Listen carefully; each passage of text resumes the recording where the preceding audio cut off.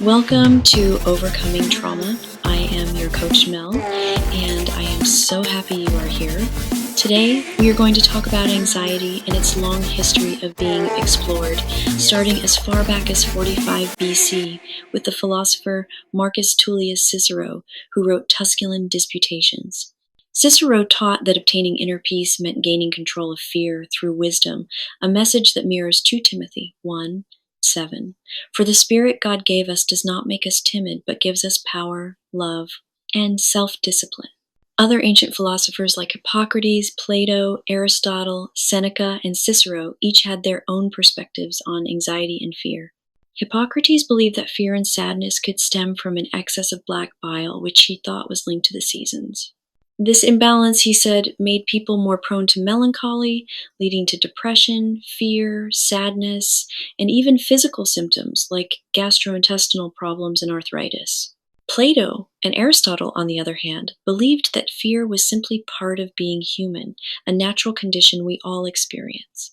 So even before Christ's time on earth, philosophers were trying to understand what we now call anxiety, that restlessness, and dread about the future. Centuries later, the first person to ever write a book about anxiety was Søren Kierkegaard in 1844, titled The Concept of Anxiety. Now, critics might say, isn't this just religious guilt rather than clinical anxiety? But Kierkegaard argued the real issue is spiritual disconnection, not mere pathology, and this perspective encourages us to look beyond medical labels. Kierkegaard, a devout Christian philosopher, believed that anxiety was tied directly to original sin. He pointed to the moment when Adam realized he could sin, teaching that anxiety enters when humans recognize freedom apart from God. Kierkegaard's observation revealed that anxiety can even be generational, passed down from the sins of our ancestors. As Exodus 20:5 reminds us, I, the Lord your God, am a jealous God, punishing the children for the sin of the parents to the 3rd and 4th generation. Kierkegaard also emphasized that anxiety was not merely a mental illness, but a sign of our spiritual need for God's guidance. By the 20th century, the view began to change. Anxiety became seen as clinical, not spiritual.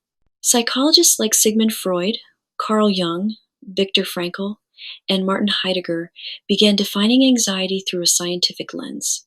Freud believed anxiety was a psychological conflict between the ego and unconscious fears.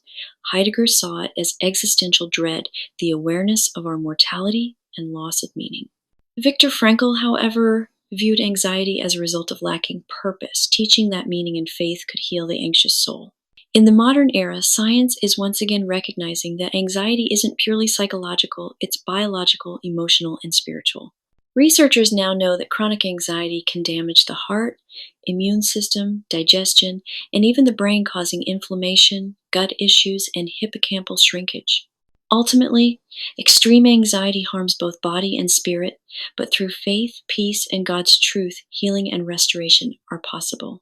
If you are dealing with anxiety and would like to break free for this Black Friday early bird, I am discounting my new mini workshop Redeemed, but spots are limited, so you'll want to save your spot. I will link in the podcast description. That's it for this episode. Blessings.